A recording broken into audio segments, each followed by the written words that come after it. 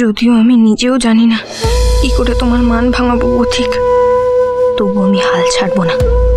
আমি জানি তুমি একদিন আমাকে ঠিক বুঝবে, তখন তোমার সব অভিমান চলে যাবে আমার উপর থেকে।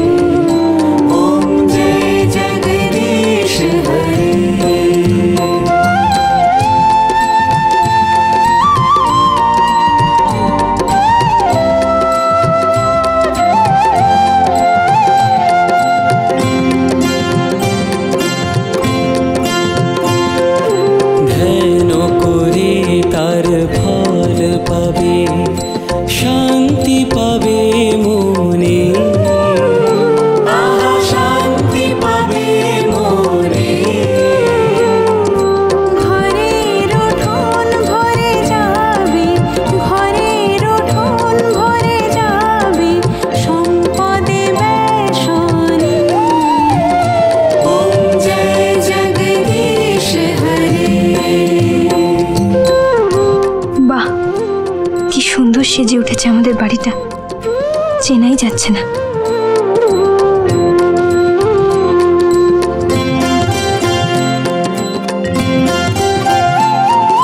পূর্ণ তুমি, পরমাত্মা তুমি, প্রভু তুমি অন্তর্যামী, প্রভু তুমি অন্তর্যামী।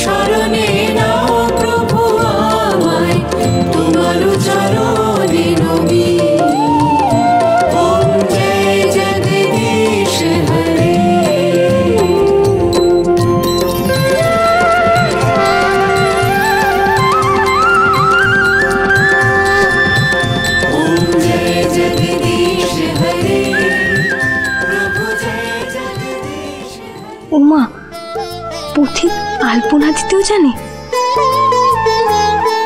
কি সুন্দর! যার মনে এত দরদ, সে কেন আমার প্রতি এত রুক্ষ হয়ে আছে? আমি তো আলপনা দিতেই পারি না, কেউ তো আমাকে শেখায়ও নি। যাবো একবার ওর কাছে, বলবো হ্যাঁ গো আমায় শিখিয়ে দেবে। না বাবা, কাছে গিয়ে কাজ নেই।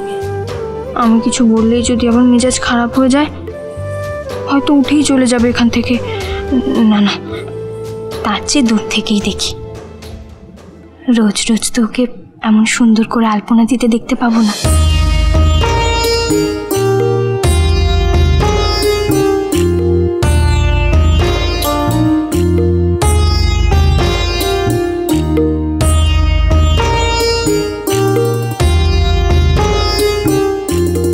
বলি, ও ছোট বউ, অমন ড্যাব ড্যাব করে কি দেখছো শুনি? কি আর দেখবো, বাড়িটাকেই দেখছি। আমাদের বাড়ি বলে তো মনেই হচ্ছে না। কি সুন্দর লাগছে। শুধু বাড়িটাকেই সুন্দর লাগছে? আমার ভাইটাকে দেখছো না, কি সুন্দর আলপনা দিচ্ছে। ওর আলপনাতেই তো বাড়ির স্বাদ সম্পূর্ণ হয়। আহ দিদি, বাজে না বকে মন দিয়ে কাজ করো। সারাদিন কিন্তু মেলা কাজ পড়ে আছে।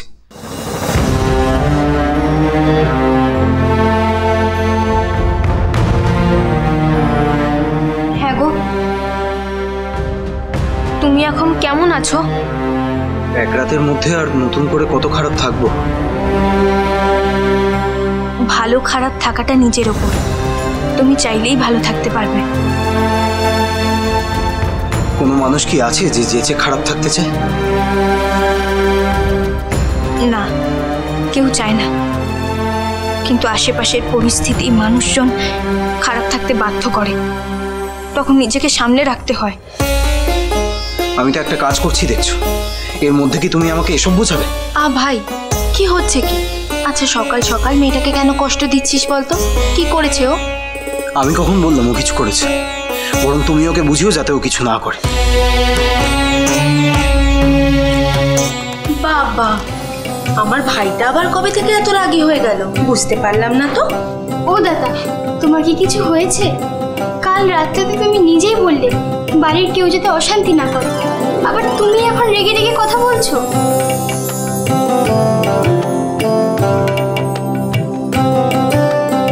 শোন ভাই, কপালের যদি মন খারাপ হয় তাহলে কিন্তু আমাদেরও মন খারাপ হবে, আর সেটা তোর ভালো লাগবে। আচ্ছা মুশকিল তো, আমি কি সে কথা বলেছি নাকি? আর তোমার রাগ হবে কেন? সব নরেন দাদার চালাকি আমি বুঝি। হাঁটতে হবে বলে ইচ্ছে করে পালিয়েছে, আর এখন দেখো সমস্ত কিছু এসে আমার ঘাড়ের ওপর পড়েছে একেবারে। সব তোমার ঘাড়ে এসে পড়েছে তো? বাড়ির সবাই কাজ করবে আর তুমি শুধু নাক ডেকে ডেকে ঘুমাবে, এটাই চাও তো? ওগো, রাগ করো কেন বলো তো? সকাল সকাল দুধ আনতে আমার কত কষ্ট হলো বলো দেখি। যদি নরেন দাদা থাকতো তাহলে না। নরেনের কি দোষ বলতো? পুজো আচ্ছার দিনে নরেন থাকলে ভালোই হতো, কিন্তু গ্রামে চারদিকে যে অবস্থা, নরেন ফিরবে কি করে বলতো? না, এবার দাঁড়িয়ে না থেকে হাতে হাত দিয়ে কাজ করো। ওগো, এই রাগলে না তোমার গালগুলো একেবারে টমেটোর মতো লাল হয়ে যায়। তখন থেকে মিষ্টি দেখায় না তোমার এই সেবা বল, তাই না? খেতা হ্যাঁ রে নব, তোর আর কতক্ষণ লাগবে? জানো ছোট বউ, প্রত্যেকবার জন্মাষ্টমীর দিন নব গোটা বাড়ি আলপনা দিয়ে সাজায়। আমাদের কুলদেবতার জন্মতিথি বলে কথা। তোমাকে একটা মজার গল্প বলি। আমরা যখন ছোট ছিলাম তখন নব, নরেন, গণেশ ওরা সবাই নন্দ উৎসবের দিন নন্দ সেজে নাচতো।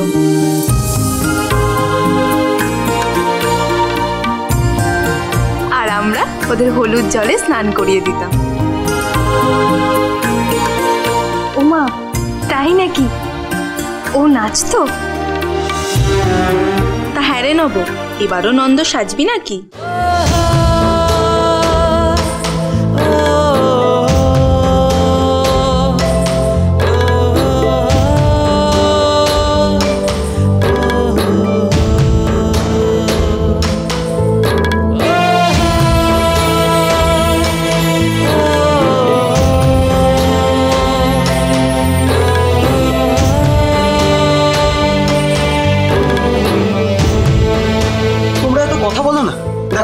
আলপনাটাই নষ্ট করে দিল। এসব কাজ করতে গেলে মন দিয়ে করতে হয়, তোমরা তো করতেই দিলে না, আর এটা নষ্ট হয়ে গেল। এই যে দেখো দেখো কি অবস্থা। হবেই, মন ভালো না থাকলে তো এরকমই হবে। সকাল থেকে বউর সাথে ঝগড়া করে মুখটা গোমড়া করে রেখেছিস, তা আলপনাটা ভালো হবে কি করে শুনি? শোন নব, এইসব কাজ করতে গেলে মনটা প্রেম ভালোবাসায় পূর্ণ রাখতে হয়।